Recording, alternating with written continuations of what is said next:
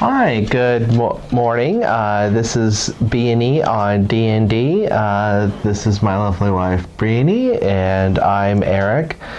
And we've got some pets who may appear. And this is Apple Juice. That's Apple Juice. Hi, Apple Juice. Today we're going to be talking about modules or adventure paths as opposed to homebrew. And so the main difference we could start with is how much time do you have on your hands? Because homebrew, you could definitely develop your own personal interests and whatnot and make it as tailor-made as you want. So homebrew, though, just to do a quick definition, is you are making it up, the world, everyone in the world, the whole adventure, you are making up yourself as the dungeon master from scratch.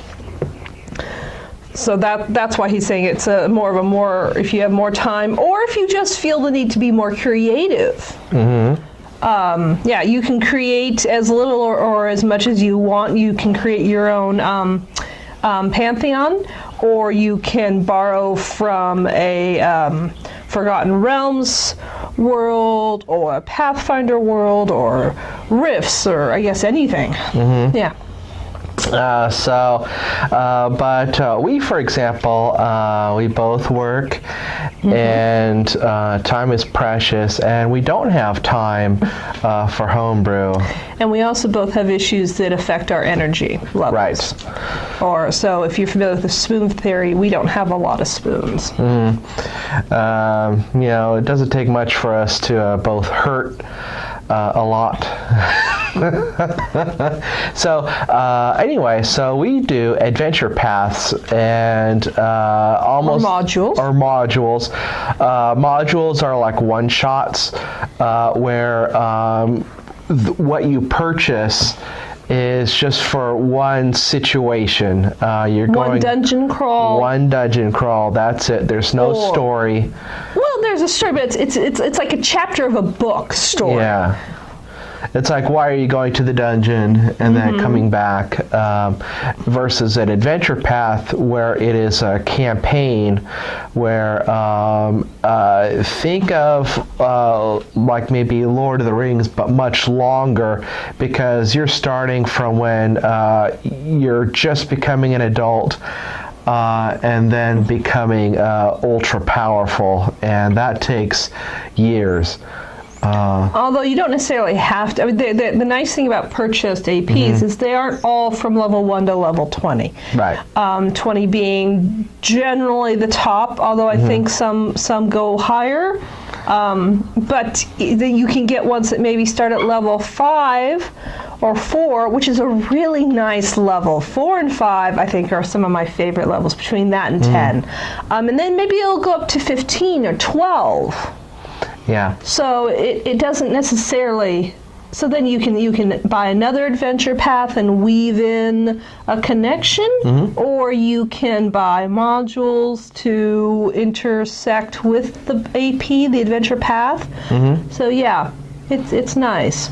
Yeah, for me personally, the evolution of adventure paths were that as opposed to playing with a group of players, I'd have someone who would be like true neutral, and so his attitude was, what's my motivation? Because otherwise nothing's interesting me, and I don't want to do anything. So then he'd be like, okay, well, you could sit this one out then. Everyone else will just kind of enjoy the adventure. And that was a bit of a pain, but the adventure paths we're on, or even the modules, it'll actually have hooks for players. So when they make a character, they can look and see, hey, okay, this is why I'm going to be a part of this. They get to choose. You get to choose. It's not assigned to you. You can use. There's usually six to. Mm-hmm. Maybe a few more where you can choose, like, my character wants to be in this location because they're looking for a friend. Mm-hmm. Or they're fulfilling a deathbed request, or they're researching the area, or lots of things. But it's nice to have a built-in published hook and then have your player choose a hook.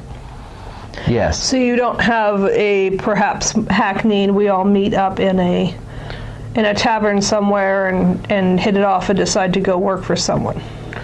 Yeah, because that's in D&D, that's a cliche or trope or however you want to put it, where y'all meet in the tavern and a mysterious stranger says, I got a plan or a job for you. And the other trope, which I find even more irritating than that, is when y'all wake up in jail and you got nothing and how do you get out? And I know you really don't like those. We don't even like it in video game beginnings. Yeah. Oh, I know. It needs to be very short. Yes. So the couple that we're doing right now is through Wizards of the Coast, and it's in the Forgotten Realms campaign setting. And mostly it's because we want to try out 5th edition. Yeah. D&D. We were playing Pathfinder for a while, and we decided we just wanted to have a change. So now I'm completely confused between 3 different gameplay styles, but that's all right. Yeah, I'm starting to get more comfortable with what skills are available as opposed to what used to be available, and the saving throws. Got some mixed up, man. Even sometimes I still say, try this when it doesn't exist in 5th edition. So the main 2 is that I'll show that we're playing right now. Not sponsored. Yeah, totally not sponsored. Is Storm King's Thunder, and then the other one is let's see, Princes of the Apocalypse. And I'm the dungeon master for Princes of the Apocalypse, and Brini is the dungeon master for Storm King's Thunder. And so I'll put those away. So they contain all the baddies you're coming across. They have maps. They have dialogue for you. They have little descriptions for rooms. It's really nice. I probably do the least possible amount of preparation. I read through the whole thing once, and then right before each game day, because we generally only do it about once a month. We should do it more often, but I don't think it'll ever work out. I read over the area, the chapter, the part I think as far as we're going to go. I reread through that right before, maybe the day before or the morning before, and then we do it. Yeah, and so that's about as minimal as you can get. That's about as minimal. I've done a little bit more because I've noticed in Princes of the Apocalypse, the treasure that you give out to the players is extraordinarily pitiful.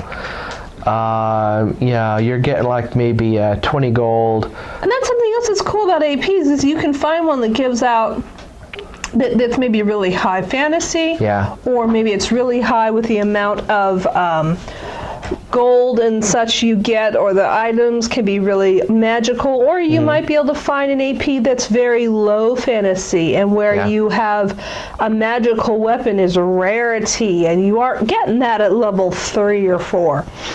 Yeah. So that's kind of cool that even if you're purchasing a product, it's getting more and more of them are available, and you can pick and choose and find one I think that fits your style or your party's style of play. It's still in the early-ish, I would say, stages of but Homebrew, you can mix it up though. You don't have to go only AP, only a purchased product, or only making it all up yourself. You can intermix as much as you want. Yeah. There's no wrong way to play this game as long as everyone's having fun. Oh, absolutely. And then I just Friday we both had lots of fun, and it was Brini running me in her for that AP. And I had a lot of fun. It was a big room, cavern full of baddies. The thing is, they will frequently have like a player's version of something, so that you can hand out. But I just let him use it to actually draw the map for me. I heavily use electronic versions. Yeah. I hate holding these big books. I have incredibly small hands. They're child sized. They really are. They're ridiculously small. They're not particularly strong. So I will read things on my iPad or on my iPhone, and I will whiz through it much faster because I don't have to hold the blasted book. So D&D Beyond is a good resource. Some other places have other digital versions, but it's really nice. So I do almost everything digital. He does almost everything with paper. Yep. The books. And you do have to have some books laying around. You have to have a monster manual of some kind out. You have to have, even if you're doing the AP, they will generally only give you the stat block for an unusual creature. The goblins, the ogres, the mainstay creatures, they are going to refer you to the monster manual. So if you don't want to have 2 books open at once, it's nice to have one iPad, say, open at one place, and then an iPhone open up in another place. That's nice. It's nice. Yeah, so I think when I was playing, I had one character who got down to 3 hit points. And this last game, and so that was kind of fretful. And then another character almost got low, and so I was like, ooh, I hope, and then we came across like a nasty, large black ooze. I'm like, oh, uh-oh. The black pudding. Black pudding. So yeah. It eats armor and weapons, and it's nasty, and it's resistant to a lot of stuff that we had as our mainstay. So it was challenging, but we survived.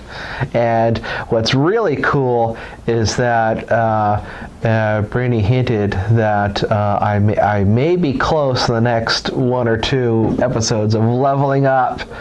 So I'm excited about that. He's actually a bit OP for what we're going through, because his characters are actually a level higher, because we switch campaigns midstream. Right.